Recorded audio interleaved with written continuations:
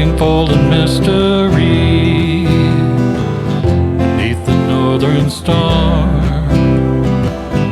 looking for the pot of gold at the rainbow's end, hoping that I find it soon beneath the gypsy moon.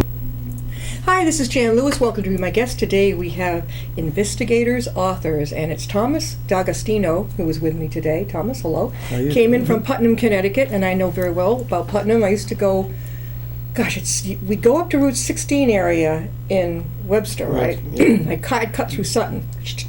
Then I'd get onto 395. Is it 395? And that seemed like a long stretch just to Putnam. But to me, living out here, what is it between Putnam and Webster? What's it, 15 minutes? Actually, it's like 8 or 9 minutes. Okay, it seemed like a half an hour to me. Maybe 10.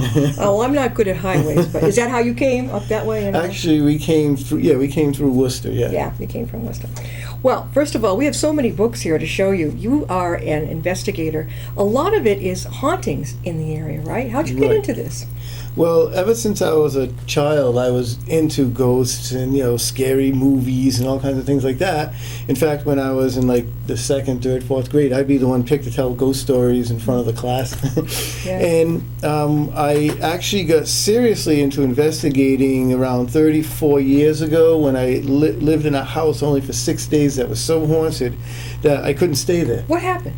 Well, we had everything happen from... one night I heard this noise in the living room, and when I went in there was like this glowing form, and it was making like a crackling noise, which almost sounded like a tree branch scuffing a window. Yeah. And another night I was sitting upstairs in the hallway with my friend, my sister, and my cousin, and we were just talking and everything, and somebody kicked the door open from downstairs and came running up the stairs, but there was never anyone there. All that blew by us was a breeze. Yeah. And we'd hear noises of things moving on the 2nd floor because it was a 3-story house, but my friend and I were the only ones staying in it at the time. Right. And we'd hear noise of furniture moving downstairs that was left by the previous owners and things like that. So after that, I was like, okay, I was going to college at the time, and I needed... Where was this town? In Scituate, Rhode Island. Oh, okay. Yeah, and I needed to... get some sleep so I could study. Yeah, right. So I moved out. The house sold real cheap, and from what I understand, a lot of people have owned it. Yeah, and not stayed. Since then, and not stayed. And I got a photograph when I took a photograph of the house of somebody in the window. Yeah. Looking out at me, but the house was empty. It was one of your books. Does that feature it? It may feature it in the Rhode Island book, okay. Yeah. And it's on our website too. But that started me into studying social sciences, physical sciences, esoterical sciences, astronomy, meteorology, everything to try and figure out what can cause all this. Right.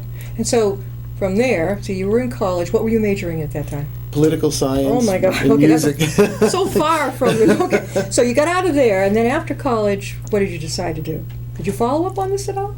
I actually began to do investigations to train myself and to read lots of books of people and kind of methods they use and everything, and working with different people, going to cemeteries or friends' houses or things like that to kind of get used to what I might expect, what to look for, and then began doing investigations as well with private homes and everything, which now has been like 34 years.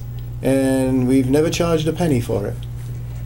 You have worked with a good friend of ours. She's been on twice, Joni Mahan. Yes. And I've read some of her books. They're the kind that, if you're reading them at 2 in the morning, you don't put it down either. It's excellent.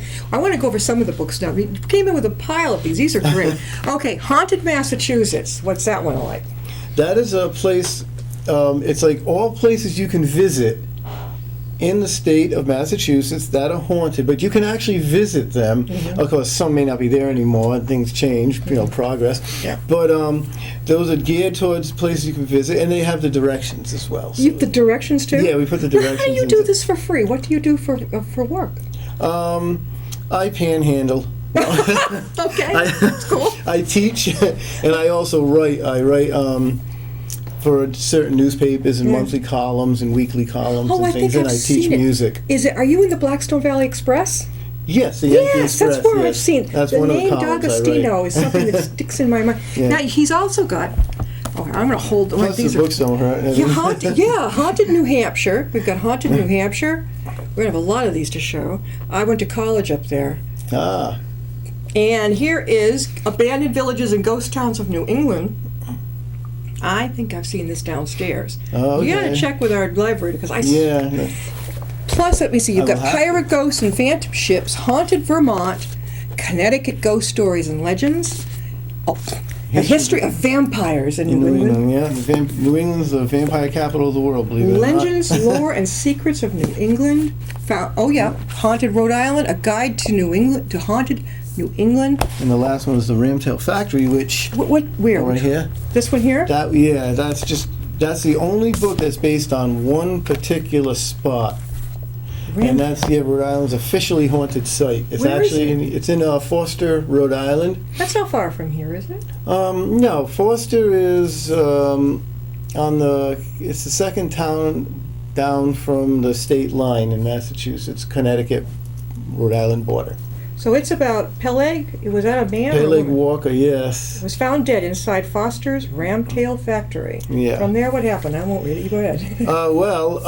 They say he committed suicide in 1822, and after that, the factory began its realm of being haunted. Like during the night, the bell would start ringing. Yeah. And so they took the rope away, but the bell continued to ring, so they removed the bell. Then the factory would start up all by itself, running in the middle of the night. It was a little factory and village, and after a while, people didn't want to work there. Yeah. The remaining families later sold the factory, and it remained haunted. And people to this day can see he was supposedly the night watchman. Yeah. So people to this day, including us, have seen the light of a lantern, a candle lantern. It would have been because they didn't have kerosene lanterns in 1822. Yeah. Going up and down the little trail where the buildings were. This was even before the Civil War. Oh yeah. A Yeah. grinding stone. Here, that's. That was one of the factories he owned. He owned a lot of stuff, and all of a sudden he apparently owed the factory money. And the story is they threw him out of the partnership, but let him work there to Why? pay off. Why did they? He was spending a lot of money. He was buying things like Okay. crazy, buying land, buying a factory. He owned a horse shay. He owned massive amounts of clothing. For that time, it was like unbelievable. And fine furniture. All But kinds of stuff. this was a small factory compared to the large ones. You could fit. This factory would be their their dump shed compared Yeah, I got to it, the yeah. larger ones. So I see. This is where his family is buried, right here, right? that's where his family's buried. But he's buried in the Potter plot, Why? about a mile away. That I'm not sure of, because maybe because the Potters. See, that's the thing. In this, a lot of people think he may have met his demise in a more untimely manner. You mean somebody may have murdered him? Yeah. Now, but the rumor is that he committed suicide, Right. and there's no way to find out for sure. Not anymore. I've got a lot of things that bring everything close, but 175 years later. Is there a picture? I see 3 women. Who are they? Relatives of his? No, those are they actually one is an actual relative of long removed. That's the remains of the factory in 1918. The burned down remains. It burned in 1873, and those are just a few people who lived in the area. The Walkers, the Potters, all those people are kind of related in some way or another. Yeah. Potter is a name in Sutton. Yeah. I know a Potter family in Sutton. That Yeah, the Potters, the Wilkinsons, it was in fact also Miss Taft of this area right here in Upton. bought the Bought that Red one? Tail factory at one point, owns the whole factory, So this fellow kind of went overboard financially. a bit. And he had, yeah. Have you stayed overnight in anything like, or it's probably all ruins by now, right? The factory, or is it still standing? The foundations are there. The foundations of the mill houses and the factory and the store are still there. And yeah, we've been overnight there. What's that one that, I don't know if it was Joni. I think she stayed in one down south. And they could see a patient coming around the corner, or that type of thing. Was that, that was, was Matt Moniz. That was, I don't know. I can't think of it. We've also had. It was it was a sanitarium. Yes. Not Vale, something. Yeah. Yeah, I remember that. Matt Moniz was one who who was there at one time, and they had a camera, and it was behind him. He was walking forward. He said if he had ever seen it. We just had someone on who had investigated. Was it a sanitarium? But also some of the. I know, like in Belchertown, Massachusetts, Munson. Oh yeah, all the, we did. Yeah, we did all the the old mental health and where people got thrown away, basically. Yeah. Like the old Worcester State Hospital. Boy, how'd you like to be locked up in that? I know. Yeah, there were no real. That was, and the way they treated people was humongously bad. It was just. They had one in near Walham Lake in Burrillville, and they actually had a camp there for the patients for camp, right? Yeah, so-called. I didn't know there was one tuberculosis. Yeah. Oh my God! So this one, Haunted Massachusetts. Does this take us through? Well, but looks like the Cape. That's that Cape Cod. The lighthouse? Yeah, the light. Yeah, Marlene and I climbed up the light, and we saw the Jenny Lind Tower. And this is pretty. What's that? That's the Victorian in Gardner, Mass. We were among the first to ever investigate it, and first to write about it. And while we were there, we had a lot of things happen. We actually had a camera kicked while we were filming. We've heard voices. We got some wild EVPs there. We had an EVP when we were talking to. Now, what's an EVP? Electronic voice phenomenon. That's when you're recording. We in nature hear things acoustically and process it acoustically. And the microphones, they have a transducer that vibrates and turns the vibrations into electrical, impulses. Ghosts or spirits or energy, whatever you want to call them, being electrical already, they pass through the transducer, any kind of impulses, and then they can be recorded in the recorder, either by the quartz or the ferrous oxide or chromium dioxide on the tapes. And so you don't hear it. You're very lucky if you hear it. You hear a voice. You're very lucky. But they say dogs have hearing. Dogs have ultra-sensitive hearing. They can hear frequencies we cannot hear also. Yeah, so that's another thing we've been working with too. And this voice is, there was a guy who lived in this house. He died spontaneously combusted in 1964 or 65 when it was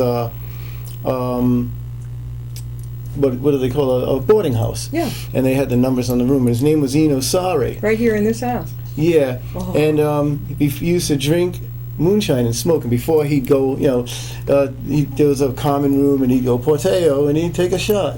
And he spontaneously combusted one night or burned to death. And it was in May. While Mark was telling us the story of the previous owner, I was taping it for that book, and when I was listening back, and he's going, Porteo, and all of a sudden you hear his voice go, Porteo. Yeah, and it was loud as anything. Arlene and I were like, whoa! Yeah, you were like taking it back. So we've collected a lot of EVPs in our time, several videos, several pictures. Arlene has been picked up while we were all walking together. Yeah. I've been smacked in the face, so. That's and yet you'd stayed overnight, right? Oh yeah. And it didn't bother you? No, I'm the fool that runs toward the danger. Yeah. Well, you'd get jumpy if anything. If a living person came up behind you and boo, you're going to jump. Yeah. So when something happens that you're not expecting, of course you're going to be apt to flinch or something a little bit at least. Did you ever investigate? I never got a chance to go up there before. Well, they've been tearing it down, but the old Worcester State Hospital. Did you ever go in there? No. Ooh, no. Boy, I mean, that must have been a real. Yeah. I don't know. How about some of the other state hospitals? Have you been in those? We've been to some. We've been to Ladd. We haven't been to. I think we did take the grounds of Taunton. Yes. Yeah. I read about it in that book. Yeah. It's pretty amazing. It seems like the sanitariums, though, for the. I hate the word leper, but that disease. Yeah, they were in better tuberculosis. They were better, nicer, or they were nicer for people. They were like. There's two schools of thought, that the sun was good for them in the fresh air and the sun wasn't. The sun wasn't, I know, yeah. I don't know which it is. But the one I'm reading now is a true story about a man who, he was funky with the money in the company, but he fessed up, went to a federal pen, I think it's down south, and it was a sanatorium for lepers too, but they were also letting federal cons come in there. Oh, really? I can't think of the name of it. Wow. But it's his experience, his real experience being in there for a year, and I've just started, and it's fascinating. You've got everything covered here from Ashland, got what, Gardner, Baker's. Where's Baker's Island? That's right off Salem. If you're looking out, I think you can see it from the House of Seven Gables. Is the island way out to sea there, and it's actually inhabited. And in the winter, they have a caretaker there that just keep everything that way in ship shape. Precious Blood Cemetery in Blackstone. Yeah. Now, if you go down 122, is it near there? Yes. Can you see it from there? You can actually. It's right on the corner of Blackstone and Woonsocket near Social Street. Yeah, it's right across, isn't it, from Social? That's the one we take to go down to the main drag in Woonsocket, where that big Salvation Army thrift shop is. That's right. Yep. Yeah. I know that one well. Oh my gosh! So you've been in here? Oh, many times. Yes. What's the deal in here? If you go, people see a lot of strange forms in there, misty figures, but there's also 3 big stories about it. One is the only stigmata in New England is buried there, Marie Rose Ferrin, and there's also in the back of the cemetery. You look over in the front, it looks pretty nice. Yeah. Second you go over the hill, it's like a whole different world. It's like something out of a horror movie. The crosses are made of picket fences. They supposedly stopped burials there in the 1950s. Really? But I don't think they really stopped. No, it looks like it's pretty crowded to me. Yeah, and you'll see graves just made out of metal poles with the names written in magic markers and things like that. It's really odd. And the flood of '55 washed a chunk of it away. Where all the coffins and things were going down Social Street, they ended up in people's basements. How can that happen though, if you're supposed to be buried 6 feet under? Well, the whole side, the whole dam, it was like almost abutting a dam. Yeah. And when the dam gave way, 50 feet of water, maybe I think it was 12 feet. Well, it was some astronomical amount hit the cemetery and just took the whole side off. Oh my! And it was on a hill anyway to begin with, so it took the hill out. So the residents were floating down the street. Yes. What did they do with these people? They brought them they literally brought what they could find to another church, and they buried them in those cemeteries. And some were reburied, were able to be reburied in sections of precious blood where they could fit them. How could they know who they were? Some could tell by the nameplates in the coffins. Others they had to go for records, and others they just couldn't. You know what I mean? There was one story that's great. Is this guy? His wife was dying, and she thought he might be dating somebody. He lived on Social Street, and she said, "If you date before the 1 year mourning period, I will come back for you." Well, shortly after she died, she was buried there, and his girlfriend moved in, and very shortly after that, we had the flood of '55, and her coffin washed up on Social Street right across from he had a heart attack. Oh my God! That is a street. That's a part of. That's the part of Blackstone that they look like it was very wealthy at one time. Going 1 to 22, you see mansions, not the McMansions we see nowadays that are all the same. These all had character. Yeah, they were the Victorian and all this type of thing. When you'd hire an architecture too. Exactly. When you really want a house that stands out, that's what you do. We are talking with Thomas DAgostino, and he is an investigator and an author of many, many books. If you are into, basically it was a paranormal type of investigating, right? Paranormal, legends, folklore, yes. Now, how, Tom, can somebody get a hold of you if they'd like you to come speak or something? You can reach me at www.tomdagostino, that's TOMDAGOSTINO.com. Or you can also look us up on Facebook at Tom DAgostino, and I can give my email address, which is ramtail, RAMTAIL, @ATT.net. There you go. Now, I have now switched over. Those of us who live here in Upton, if you're watching from out of town, out of state, wherever, this is online, all of the people in Ireland watching this. But, okay, Worcester. My great-grandmother, and I believe her husband, I'm not sure. Yeah, they're in Hope Cemetery. What happened over in Hope that you discovered? There are stories. We've been there several times, but nothing happened to us except for the fact that it's just an amazing place to architecture. Some of the graves. There's one that of who's the guy? Remington is there, I think. Yeah. Of course, there's some certain areas. There's a tomb where they supposedly see the man standing there. A vault. There's a tomb of a woman crying with a baby, and an angel, and they supposedly see like the ghost of a little girl over by that one, and just the basic, general ghosts and spirits roaming around. But it's the thing about it is it's so big, and it kind of looks almost gloomy. It's so old looking, an old garden cemetery. And try to find your relatives. I mean, we were lucky. I had called ahead of time or had some sort of, but there's all these long streets, and just by chance I looked over and I went, oh, that's it. Yeah. Okay. Yeah. Yeah. Yeah. We've been through there, and we all of a sudden discovered something with cannons that was a monument to somebody and things like that we never saw. Like, wow, you can just spend days in here. Yeah, I think there were a lot of Worcesterites. I know back when my great-grandmother's day and my grandmother's day, it's that part of Worcester, I think Woodland Street, Grandpa was at Clark University, not far from there. That was a really nice area to live in. Now, not so hot now, but back then, there was no nice homes. Yeah, right. A lot of things happened like that. They had beautiful homes, and then the Depression didn't help much either, because these people who had these wonderful homes couldn't afford them all of a sudden. They'd become boarding houses. They'd give them to historical societies, or they just abandoned them altogether. Yeah. And then when you abandon something, anybody can take it, and then you wait for gentrification, where people start saying, "These are beautiful homes. Let's rebuild them." And it becomes beautiful again. Share with us something. Probably you've had a lot of them. But share with us some of the most, or one of the most intense experiences you've ever had with this. Okay. There was one that a mill in Greenville that Arlene and I went to, and we went with our friends Rich and Greenville, Allie. Rhode Island. Yeah. Okay. And there's I had my office on the first floor actually, but there's a third floor, and the third floor no one has been in that mill up down that third floor for I don't even know how. There's no electricity up there. All the windows were kind of falling out. And so they said, don't go up there. People been offered to store stuff for free up there. They won't do it. So we go up there, and it's about 8:39 at night. I had the keys. I was the only one in the whole building, just us. And we get to the third floor, and I said, is there anyone who would like to, say something if you could, or show us a sign you're here? And all of a sudden, about 5 or 6 seconds later, you start hearing something that sounds like people are slamming chains, giant chains on the floor all around us. All machines are going, but it's not just happening in one area. Yeah. And we're standing in the center of the thing, and there's no electricity, so we're relying on our lights. Yeah, yeah. And so Arlene, she was like, let's go. Yeah.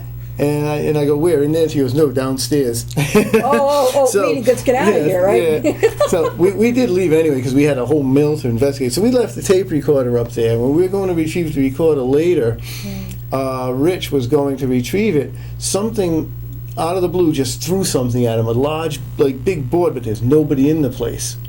So it goes flying by him, and it hits the floor, and we asked him if he dropped something. He was afraid to answer because he was afraid someone might throw something at him again, but there's no one in the thing, because once we got the spotlight and we're shining around this big empty room, there's nobody there. No. And and that's when I guess a few people in our group said, I'm out of here. How many in your go together? Actually, it's mostly Arlene and I. Yeah. Now, Arlene is your wife. Yeah, Arlene, she hurt her foot, so she's not able to come on today. But so you are carrying the banner for your. Yeah, I'm flying solo, sort of. How did you and Arlene meet? Ghost hunting at all? Or? No, we were at a outdoor party, and she said, no, I'm only kidding. She brought her son in for guitar lessons. I was teaching guitar. Yeah. And she brought her son into the music store for guitar lessons. And I just took one look at her and melted. Aww. And I just wanted to become friends with her, and then fell in love with her, and by and by we were married. How old is their son now? Oh, how old is he? 10. No, I'm sorry. Yeah, no, mine's 24. He's about 40, yeah. Oh, okay, mine's 24. Yeah, it's... I'm glad you got together. That's really, really good.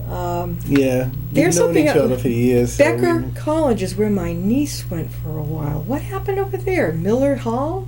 Yeah, it's supposedly haunted. I think that's the one that's haunted by a couple or somebody that burned or... And a lot of it is what we call those fraternity pranks or initiation pranks, but there is a legend that it's haunted. What about secret lovers and all that, sneaking through tunnels and things like that in these colleges? It's like really, because I know I went to a college up at Plymouth State, New Hampshire. I don't remember any talk of hauntings, but they had wicked bad frat parties. It says something about the. I think it may say the names there. 1960. Oh, yeah, 1962. Oh, there it is. Yeah. 74. 64, 62, yeah. Yeah. School brought Miller House, yeah. Daniel Bates built the complex. Yeah, they rented the other side out, and he and his wife lived on the other side. Yeah, the home in Miller Hall. Yeah, okay. Have you ever been over to, I grew up in Wilbraham. Anything, it's in the Hamden area. Long Meadow, Palmer, anything over in that area of the country? Palmer, we did the Quabbin area. Mm-hmm. We did some stuff there, and there are some. And there's in abandoned villages we have the Quabbin area as well, and in there some of the Quabbin. Yeah. And we got there's nothing that we had exactly in those places. There might be one in Palmer, but we one of the best things we had found was that gravestone in Petersham. Petersham, New Hampshire? No, Petersham, Massachusetts. There's a Massachusetts. It was, well, there's still some of Petersham, Mass. Okay. Yeah. I see North Pepperell. Yeah. He's got so many books. It's I know, fantastic. 11 books, they said. My God. Yeah, see, the Abandoned Villages one goes by state in New Hampshire, too. Abandoned Villages. Abandoned Villages. That happened, we had a guest on, something happened in Rhode Island where they had to move everybody out. Because Situate Reservoir, yeah. Yeah, the one. See, the Warren Gibbs stone. They actually put on the stone that, his brother actually put on the stone that his wife poisoned him. Are you serious? Right. Died by arsenic poison? 1860, that's about the time of the Civil War, isn't it? Yeah, and that's one of our favorite, I guess, spots. That and Monson Center and places like that around that area. I don't know if today that would even be allowed for someone to put that. He was poisoned. Yeah, well, it is kind of weird because the stone disappeared, and then he would threaten to bring charges if they did it again, so he put it up again, and then it disappeared for a long time. It was found in a basement in the 1940s of someone's house, and then they took the real stone, and they made a different one here to put up, and the real stone is somewhere else. Warren Gibbs died of arsenic poison. Oh, now, does he say, it doesn't say by his wife, though, right? Well, yeah, it says right here, it says, see? Think, my friends, when this you see, how my wife has dealt by me. She and some voices prepare some poison for my lot and share. Ooh, so girls out there, this is a cool thing. You want to get rid of him real quick. Let's make sure it's on the tombstone. There you go. One more time, Tom, we've got to wrap it up. How can people get a hold of you for your service? They can get a hold of me by www.tomdagostino.com, or they can look on Facebook at Tom D'Agostino. Also, Curious New England, there's another one, or Ramtail at att.net. And we do have the books for sale on the website as well. We actually personalize them any way you want. Mm-hmm. And you can also see some places, events that are upcoming and things like that. Is there a distance factor, or will you go just about anywhere you're called to go? If we can't make it for some reason, we have a bunch of colleagues that we can call at any time and work with. So we take calls from everywhere, because a lot of times we've actually just helped people over the phone as well, and they've called back and said, I did that, you're right, it worked, nothing, it was nothing, and stuff like that. So. Oh my God. Tom, thank you so much for being on the show. Thank you. Maybe next time Arlene can be with you. Yes, most definitely. We hope for her speedy recovery. Thank you. See you next.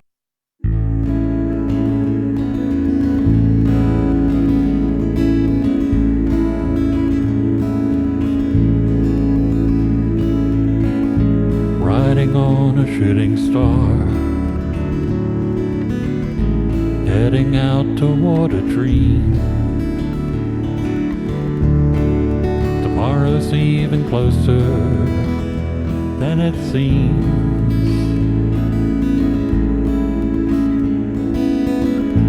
Moving through the cloudless sky, heading out toward the moon. I am dancing to the lunar tune.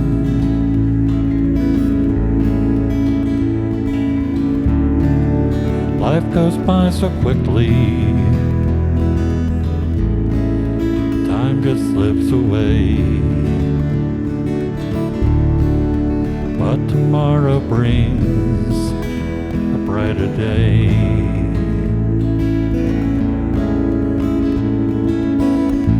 Soaring out among the planets.